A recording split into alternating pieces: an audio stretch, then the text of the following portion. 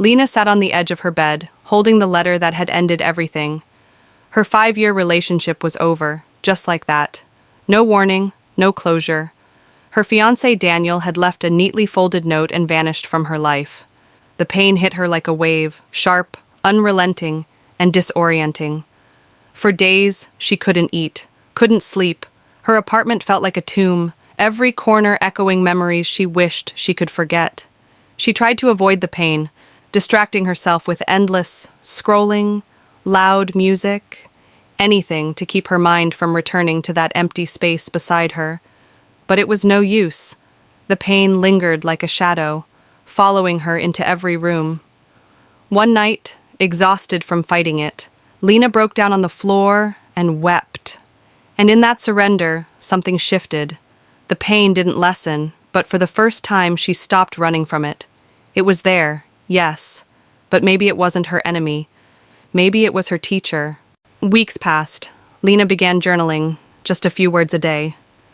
But as the pages filled, she noticed something she had never seen before.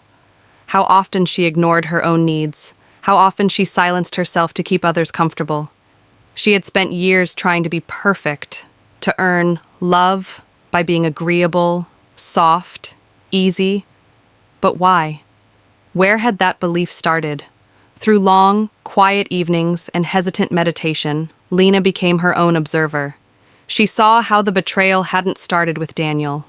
It started with her abandoning her own voice. Her pain wasn't just about heartbreak, it was about years of self-neglect. This realization was painful in its own right, but it also felt empowering. If she had played a role in her own silence, then she could also choose to speak again. The first thing she whispered into the mirror was, "You matter." And for the first time, she almost believed it. As Lena grew more self-aware, she also realized how deeply she craved validation. Every achievement she had chased, her career, her flawless social media presence, had been shaped by a desire to be seen, applauded, admired. She remembered how even Daniel's love had become a mirror in which she measured her worth. Without him, she felt invisible. But now she questioned, who was she trying to impress? Who decided she was only worthy when praised? Slowly, Lena began letting go of the need to perform. She deleted the dating apps. She turned off notifications. She stopped over-explaining herself to people who never truly listened. In its place, she did things just for her, taking long walks, painting messy canvases, reading poetry aloud in her apartment. Some people noticed her change and drifted away. Others stayed, but for once, Lena didn't care who stayed or left. She was no longer clapping for others. She was finally clapping for herself. One rainy afternoon, Lena visited the botanical garden alone. She stood in front of the lotus pond, mesmerized by a single bloom pushing through the muddy water.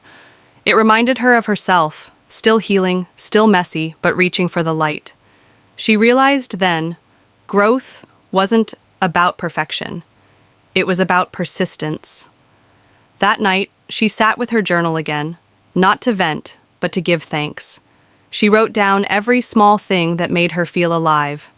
The scent of morning coffee, the laughter of a stranger on the train, her own breath. Gratitude didn't erase the pain, but it softened it.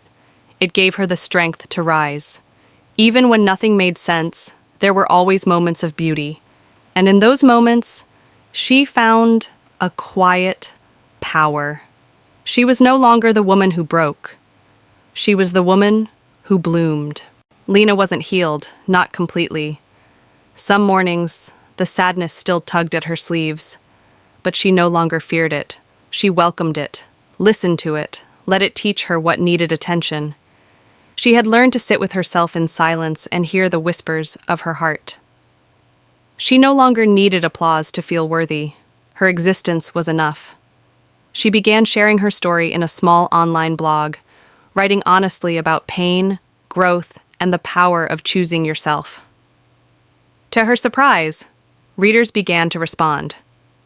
"Thank you," they wrote. "I thought I was alone." And Lena smiled, knowing that her pain had become a bridge, connecting her to others walking through their own storms. In the end, Lena didn't just survive the pain, she transformed through it. Like the lotus, she rose from the mud, carrying the lessons with her. She had discovered something powerful, not in the world around her, but deep within. And that was the secret. She was always stronger than she thought.